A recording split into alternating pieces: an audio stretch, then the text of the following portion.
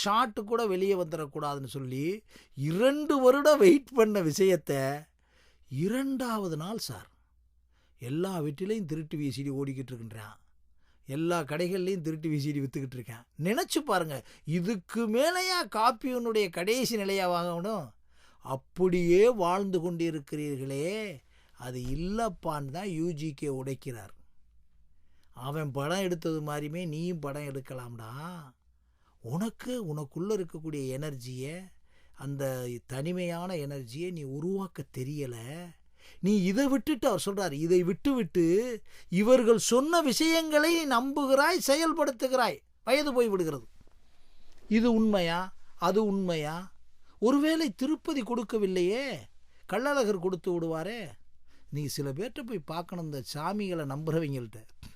அதுலேயும் இந்த ஜோதிடங்கள், இந்த கணனி ஜோதிடங்கள், பிரசன்ன ஜோதிடங்கள், நாடி ஜோதிடங்கள் குரூப்டெல்லாம் நீங்கள் போய் பார்க்கணும். ஷிஃப்ட் பண்ணிக்கிட்டே இருப்பாங்க. எனக்கு தெரிந்த ஒரு நண்பர் தன்னுடைய மகளை ஜோதிடம் பார்த்தே இன்னமும் திருமணம் பண்ணி கொடுக்க முடியாமல் உட்காந்துட்ருக்கார். அந்த பிள்ளை இருக்குது, அந்த பிள்ளைக்கு தகுந்த ஒரு ஆணை பார்த்து விடலாம், திருமணம் செய்து கொடுக்கலாம் என்பது இன்றைக்கு வெளிநாடுகளில் இருக்கிறது. ஆனால் இங்கே எப்படின்னா, ஜோதிடம் பொருந்துமா என்றே பார்த்து, இது என்ன சொல்லுகிறேன்னா, நீ உணர்ந்தாயா ஜோதிடம் என்பது உண்மையா என்று உணர்ந்தாயா? யாரோ ஒருத்தர் சொல்கிறத வச்சு வண்டியை ஓட்டுக்கிறாயா? அதை விட்டு வெளியே வாப்பா, நீயே செய்ய முடியும் என்று தான் யூஜிகே கூறுகிறார். நீ அதுக்குள்ளே வரமாட்டேன்ற, உனக்கு தெரியலை. எது ஞானம் என்று ஒன்று இல்லை என்பது உனக்கு தெரியலையில, தெரிவதற்குரிய புள்ள போய்கிட்டே தெரிஞ்சிருவ. அதைத்தான் வேதாந்தம் அழகாக சொல்லுகிறது. ரொம்ப முக்கியமான வேதாந்தத்தை ஏன் விட்டு விலக முடியவில்லை என்றால், வேதாந்தம் சொல்லுகிறது அதைத்தான் யூஜிகே ஒரு இடத்துல சொல்ல. வேதாந்தம் என்ன சொல்லுகிறது என்றால், உன்னுடைய மனத்தினால், அறிவினால் உன் சித்தத்தை புரிந்து ஆன்மாவில் பயணம் செய்யலாம்.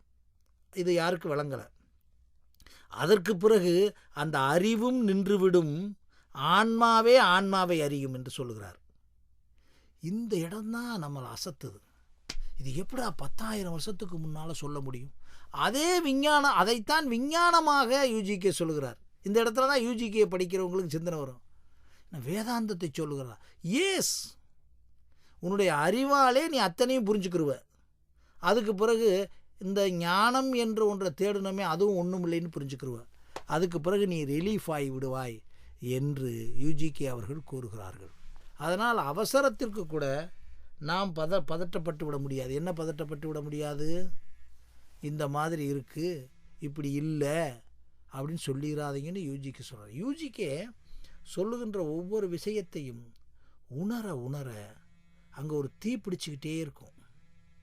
ஆனால் அதை உணர்வதற்கு நேரம் இல்லாமல், அதை புரிவதற்கு நேரம் இல்லாமல், அதை கேட்பதற்கு நேரம் இல்லாமல் இவர்கள் வைத்து கொண்டிருக்கிற இதில் எதுவுமே இல்லை. இதை கொஞ்சம் சிந்தித்து பாருங்கள். அகஸ்திய பாரதி என்ற ஒருவன் இந்த விளக்கங்களை சொல்லுவதும் நானும் புரிந்து அவ்வளவையும் சொல்லிவிடுவதில்லை. ஒரு முயற்சி, ஒரு பயிற்சி, ஒரு எழுச்சியான விஷயங்கள், ஒரு உண்மையான விஷயங்களை நிச்சயமாக இந்தியாவில் இருக்கக்கூடிய பல ஆயிரம், பல லட்சம் பேர், பல கோடி பேர்களில் ஒரு சிலர் பேர் தான் யூஜிகேயை சிந்திப்பார்கள். ஆனால் ஒன்று சொல்லுகின்றேன், நிச்சயமாக இளைஞர்கள் இதை கேட்டார்கள் என்றால், யூஜிகேவனுடைய புத்தகங்களை படித்தார்கள் என்றால், யூஜிகேயை உணர்ந்தார்கள் என்றால் பல ரகசியங்கள் அவருக்கு கிடைக்கும். அதைத்தான் மகேஷ் பட் அழகாக சொல்லுகிறார். ஒரு தடவை ரொம்ப அழகாக சொல்கிறார். Now that you know and you still choose to plough through these pages, then let me assure you that you will never be the same again after reading this book என்று கூறுகிறார். எந்த புக்கை சொல்கிறார்னா, மனம் ஒரு, அதாவது அவர் சொல்லுகிறார், மனம் ஒரு புனை கதை என்று சொல்லக்கூடிய ஒரு நூல் தமிழாக்கப்பட்டிருக்கிறது. அதில் சொல்லுகிறார், இந்த நூலை படிச்சிட்டீங்கன்னா நீ முதல்ல இருந்த நீ இல்லை ஆக முடியும்னார். நான் உணர்ந்திருக்கிறேன், அதனால் இதை நான் கடமையோடு செய்கின்றேன். நான் எத்தனையோ ஆயிரக்கணக்கான நூல்களை படிக்க வாய்ப்பு பெற்றவன், அதை தவிர வேலையே இல்லாதவன். எத்தனையோ 1000 நூல்களை படித்திருக்கிறேன். இதை கொண்டு போய் ஒரு சாதாரண மனிதனுக்கு கொடுத்து விட முடியாது. அதற்காகத்தான் இணையதளத்தில் இதை போடுகின்றோம். படியுங்கள். யூஜிகேயை படியுங்கள், நீங்கள் உங்கள் அறிவை வைத்து படிக்காதீர்கள். அவர் சொல்கிறாரு, உண்மையிலே இந்த வாசகத்தை பார்த்தேன், நாம் இல்லாமல் ஒரு மனிதனாக மாற்றப்படும்னா யூஜிகே நம்மிடம் இல்லை. இப்போ திருக்குறளை படிக்கிறோம், வேதாந்தங்களை படிக்கிறோம், புரட்டி போடுகிறது வேதாந்தம். எப்படி 10,000 ஆண்டுகளுக்கு முன்னாலே இப்படி சொன்னார்? தத்துவமசி என்று சொல்லுகிறார்கள், இது எப்படி? அகம்பிரமாசி என்று சொன்னார்கள், இது எப்படி என்று சிந்திக்க வைக்கிறது. மனிதனை புரட்டி போடுகிறது. அதை போன்று யூஜிகே சொல்வது புரட்டி போடுகிறது. திருக்குறளை படிக்கும்போது ஒரு குறிப்பிட்ட தூரத்துக்கு பிறகு அறநெறிகள் சாராத, உலகியல் சாராத ஒரு விஷயத்திற்கு மேல் போக முடியாது. ஆனால் யூஜிகே பேசும்போது எக்ஸ்ட்ரீம் டிரான்ஸ்ஃபர்மேஷன் கொடுக்கிறது.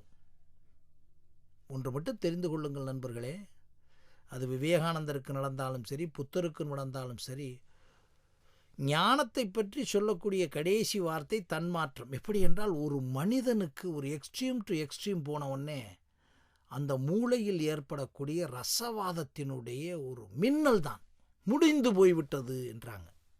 நைட்டு இரவோடு இரவாக புத்தர் கிளம்பி போகிறார். எவ்வளோ பெரிய அரசாட்சி, மாளிகைகள்லாம் வைத்துக்கொண்டு இங்கே என்ன நடக்கிறது என்றால் நண்பர்களே புரிந்து கொள்ள வேண்டும்.